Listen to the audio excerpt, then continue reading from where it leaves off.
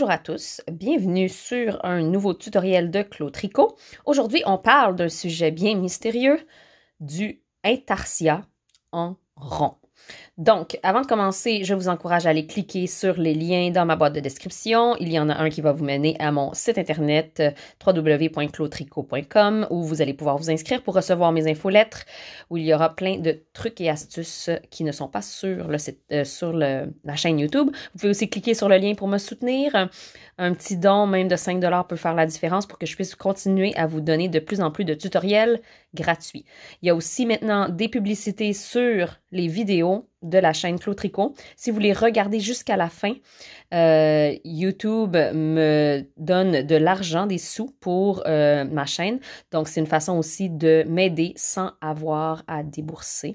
Et encore mieux, si vous cliquez sur les publicités, ah là, YouTube est vraiment content. Donc, voilà. Ceci étant dit, j'ai fait un petit départ de ce qui pourrait être un bonnet. Je ne sais pas trop ce que c'est, mais l'important, c'est de vous montrer comment on fait de l'intarsia en rond. De l'intarsia, c'est quoi? C'est un morceau de tissu où il y a vraiment des grosses sections de couleurs qui ne sont pas reliées les unes entre les autres. Donc, du jacquard, dans du jacquard, on prend des couleurs et on travaille avec plusieurs couleurs dans une même rangée, mais on fait suivre la couleur tout du long. Tandis qu'en intarsia, on va avoir des sections assez larges de couleurs qui fait que on ne peut pas amener le fil à travers, sinon on aurait des longs bouts où on doit gérer plusieurs couleurs et ça ne serait pas joli au devant. Donc, de l'intarsia, à la base, c'est assez, ça a été inventé sur des projets à plat. Et donc, on fait un allé, on laisse tomber la couleur, puis au retour, la couleur nous attend pour qu'on puisse la reprendre et continuer dans l'autre sens. Bien sûr, quand on est en rond, le problème, vous allez le voir quand je vais commencer, là, je vais faire juste un motif de mon cru qui n'a aucun intérêt très particulier. C'est vraiment juste, je vais faire quelque chose de super simple pour qu'on puisse ensemble voir comment faire l'intarsia. Attendez un peu, je vais dérouler ma balle. Donc, j'ai 60 mailles sur mes aiguilles, donc je vais juste faire 20 mailles de chaque couleur et ça n'aura aucun... je fais pas un patron joli, je fais pas un chat ou des triangles ou quoi que ce soit. Je vais juste faire 2, 4, 5, 6, 7, 8, 9, 10, 11, 12, 13, 14, 15, 16, 17, 18, 19... 20. Je le fais du début parce que j'ai vu dans certaines autres vidéos que les gens étaient vraiment curieux de savoir comment commencer l'intarsia si jamais le vidéo commence en plein milieu, juste au changement de couleur. Donc, je vous le montre à partir du début. Puis, voilà. Vous pouvez, je mettrai un timestamp.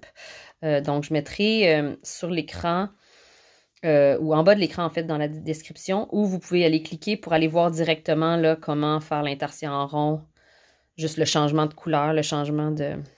Donc, quand on commence une nouvelle couleur à la base, là, il n'y a rien d'autre à faire que de juste commencer à tricoter et plus tard, quand ça sera le temps de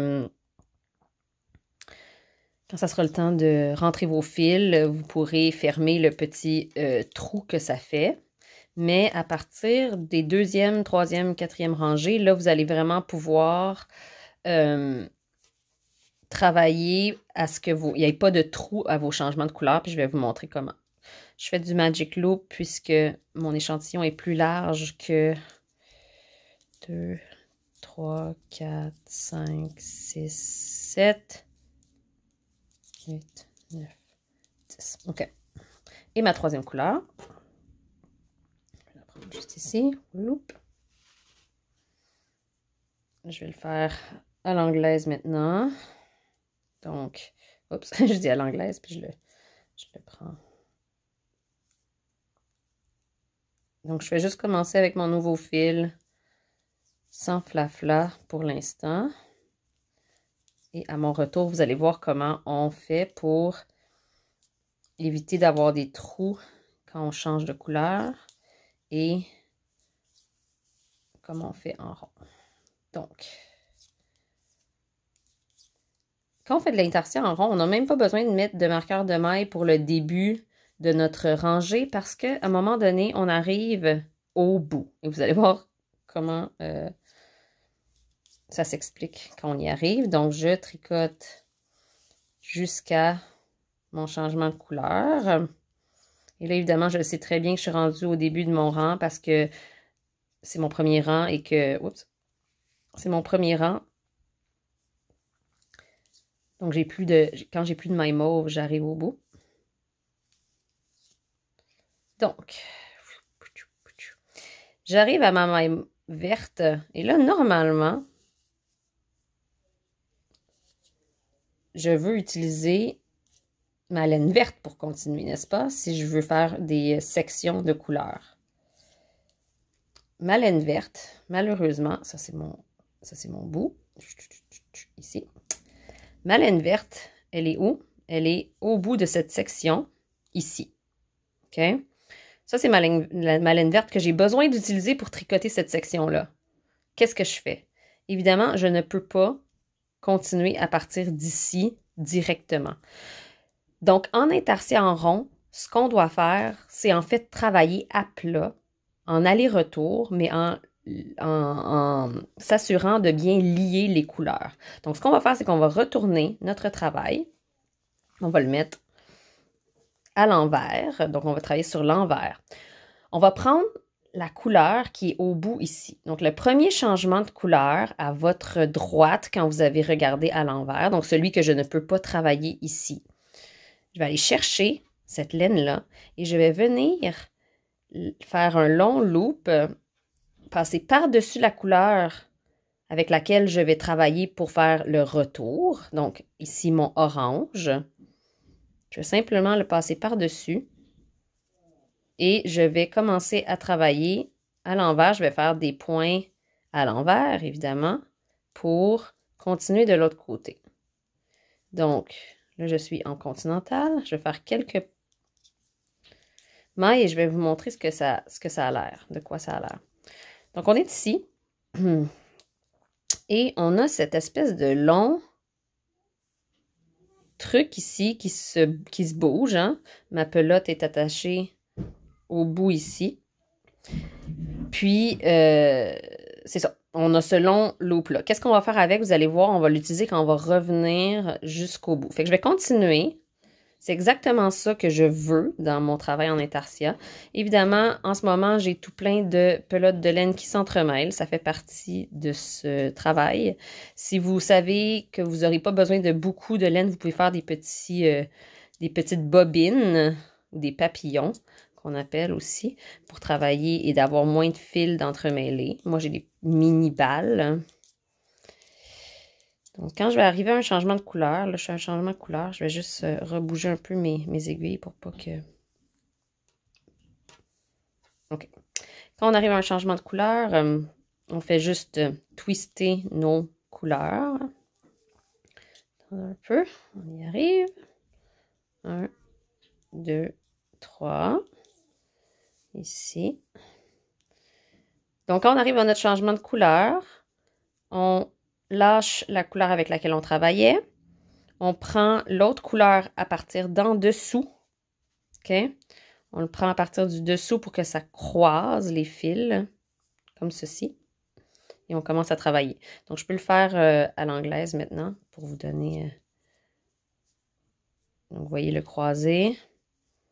Ici. Et on donne quand même une bonne petite tension parce qu'on ne veut pas que ça soit trop lâche comme maille. Donc ici, on a croisé nos deux fils pour qu'au devant, ça semble lié. Vous voyez comment il n'y a pas vraiment de trou. Donc, on travaille jusqu'à temps qu'on arrive à notre couleur verte. Ce tutoriel sera définitivement un tutoriel un peu plus long que les autres. Mais c'est parce que la technique intarsia en rond, c'est quand même une des techniques peut-être les plus avancées. C'est quelque chose qui est rarement utilisé en fait, mais quand on l'utilise, ça fait des projets vraiment intéressants. Comme au Québec, en français, je ne sais pas si le patron est en français, mais au Québec, on a un designer en particulier qui aime beaucoup travailler avec l'intarsia. Il s'appelle Jean-Philippe Clich. Donc, si vous voulez aller regarder ses patrons sur Ravelry, il y a entre autres la tuque qui s'appelle Vold, qui est fait en intarsia en rond. Donc, ici, quand on arrive à notre prochain changement de couleur, on est ici. Donc, changement de couleur. On a notre long loop qu'on avait tantôt qui se tire, hein, comme ça. Donc, ce qu'on va faire, pour être sûr qu'on a notre lien, qui est nos mailles, parce que si on commence à tricoter directement avec ça, il va y avoir un trou entre nos mailles ici, on peut le voir. Donc, ce qu'on va faire, c'est qu'on va faire un beau gros loop assez gros. On va prendre notre couleur avec laquelle on vient juste de finir de travailler et on va la passer par en haut dans le trou. Donc, j'ai passé ma laine dans le trou et maintenant, mes deux laines sont entremêlés. C'est ça le mot que je cherchais. Donc, vous voyez comment ils sont attachés ensemble. Et donc, quand on va travailler maintenant avec ce long loop directement, on va faire attention que ça se... Voilà. Que la laine orange ne passe pas à travers notre maille. On va tirer un peu d'extra, comme ça. Et on va juste faire toutes nos mailles vertes en point à l'envers jusqu'à la fin.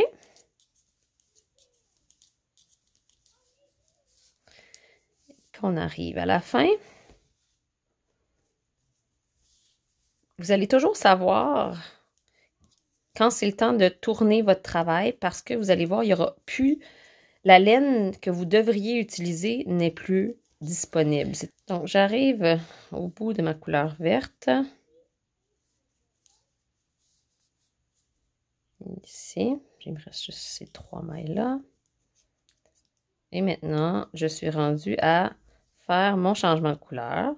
Ça, c'est mon petit bout qu'il faut que je m'assure qu'il soit bien. Et là, ici, le bout qui est attaché à ma balle, je peux le tirer pour resserrer le lien entre mes deux couleurs, ici. Et comme vous voyez, ma couleur orange, elle est ici. Donc, ça veut dire... Oups, elle est ici. Ça veut dire qu'il est temps pour moi de tourner mon travail pour commencer à travailler dans l'autre sens. Et là, lorsqu'on va travailler dans l'autre sens, on va faire la même chose. On va tourner mon travail. Et on va s'assurer qu'on a un long loop entre mes deux couleurs que je travaille ensemble. Donc, je suis en train de travailler avec le vert, je retourne avec le vert, mais je vais devoir avoir mon orange disponible. En fait, je vais vouloir lier mon orange avec mon vert, donc je vais passer la balle dans le trou, où je vais juste twister mes deux laines. Regardez, mes laines sont twistées. Et je vais commencer à travailler avec mon vert, en m'assurant que tout ça soit bien serré. Et je vais continuer à travailler ici jusqu'au bout. Et là, j'ai un loop ici. J'ai un long loop ici, un long bout de fil, qui est le fil que je vais travailler de l'autre côté. Fait que je vous retrouve de l'autre côté.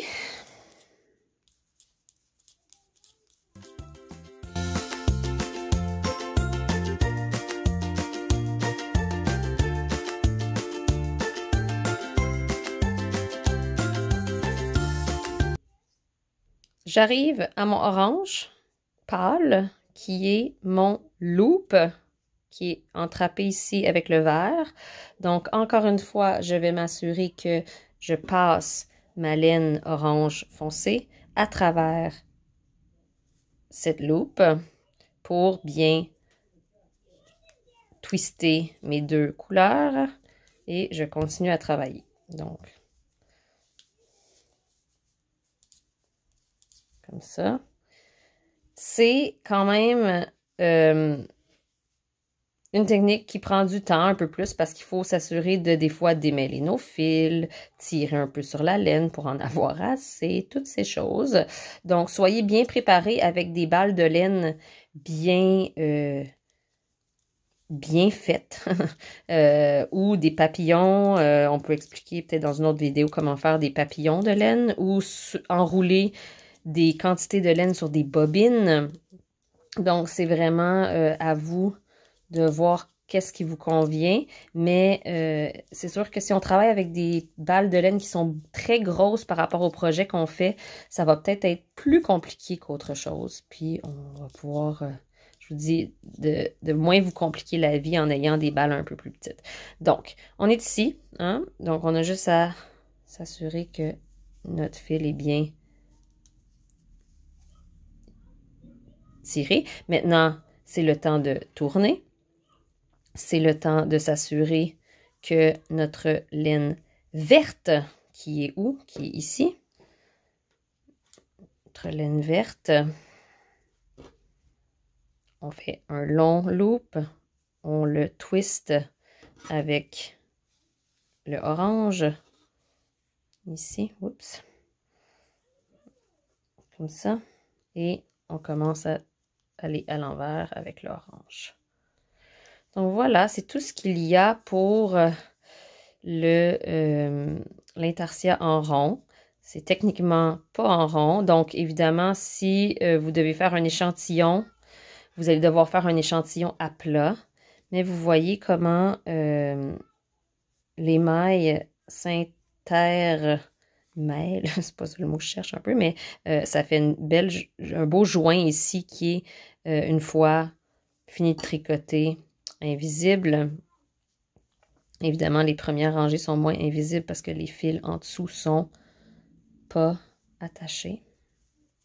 Et voilà. Donc, entre. Et on peut continuer comme ça. Jusqu'à la fin de notre projet.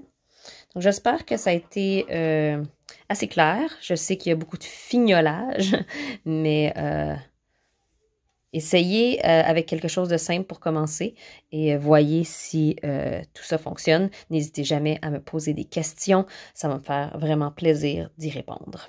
Merci!